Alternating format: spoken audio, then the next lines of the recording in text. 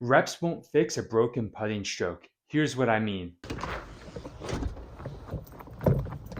If you want your putting percentage to go up to 70, 80, 90% C1X, you need to have a structured putting routine. Anything else is just a waste of your time. Hey everybody, what is up? It's Antonio. Welcome to another episode here on Gladiator Disc Golf.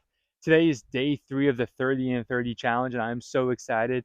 Today we're pivoting away from throwing and we're focusing on putting. All right, everybody. So the first tip is aligning with the center of the basket. When we're talking about aligning here, we're talking about aligning the disc as it comes out of your hand. So whether you're a straddle putter, a staggered putter, aligning with the center of the basket might look a little differently for you, but that's ultimately what we want to be doing.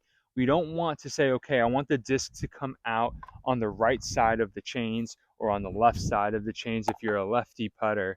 We want to be releasing the disc at the center of the basket. When we align with the center of the basket, we give ourselves the greatest chance of making every single putt. Even with this champ cap on, when you're looking at the basket completely, the thing that's covered are the edges. The champ cap encourages you to hit the heart of the chains. So if you want to improve your putting, if you want to hit that 70% C1X, 80%, 90%, you need to aim for the heart of the chains, not try to fade in on either side. The next tip for today is about nose angle on your putt. So even from 15, 25, 35 feet away, the nose angle of your disc is very important. And we want to keep it flat to maybe slightly nose down. As we're working on improving our C1X percentage, even though there are pros that putt with nose up, that requires a little bit more angle control and skill. As we're developing that, we could eventually use a more nose up angle, but for all intents and purposes here today, we want to keep the disc as flat as possible when we're putting because it invites the least amount of wind when you're putting. So if you're putting perfectly flat into a headwind, you shouldn't have the disc lifting up a whole lot. If you're putting flat in a tailwind, it shouldn't drop your disc down a whole lot. And a crosswind, by keeping the disc flat, you're not revealing the flight plate like you would on a hyzer putt for a righty or for a lefty. Vice versa, if you're a righty and the wind's blowing from the left to the right, it would be pushing it down. And the final tip for today's putting video is to pick a consistent release point.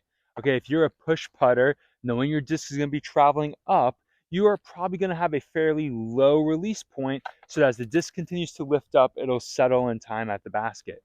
But if I'm a spin putter, I don't want to aim too low. I don't want to have a low release point because the disc isn't going to travel up as much. A spin putt will only vary left to right depending on your release. So as a spin putter, you want to have a higher release point, which you can correspond with a higher target on the basket. That's the thing. Your release point should also correspond to where you're aiming on the basket. And I misspoke. I said that the last tip was the last one. It was not. I checked my notes again. This is the last tip, promise. We're going to talk about the pre-putt routine. Pre-putt routines, a lot of times people hear that and they think, okay, I have to have something that's going to take up the full 30 seconds.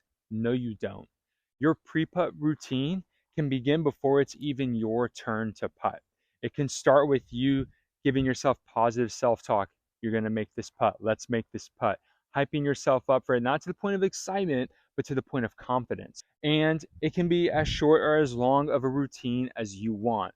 For me, whether it's one disc in each hand or just one disc in my putting hand, I like to settle myself. I take a breath. I reach up. I breathe out as I come down, and then I execute my putt. That's my putting routine. Been that way for years. That putting routine is different from a lot of other people. It's probably different from you. You want to find what works for you. The reason a putting routine is so important is because it can help you in times of stress to settle down and get back into rhythm. If you found these tips helpful, let me know in the comments which one was your favorite. And also, if you want some good putting drills to start working on and putting these tips into practice, check out this video here that I did a couple months ago that'll really get you geared up and ready for improving your putting once you have a lot of these fundamental pieces figured out. And I'll see you all tomorrow where we talk about the backhand versus the forehand, Which one's better? Do you need both of them? Stay tuned and make sure you've subscribed so you get that video tomorrow.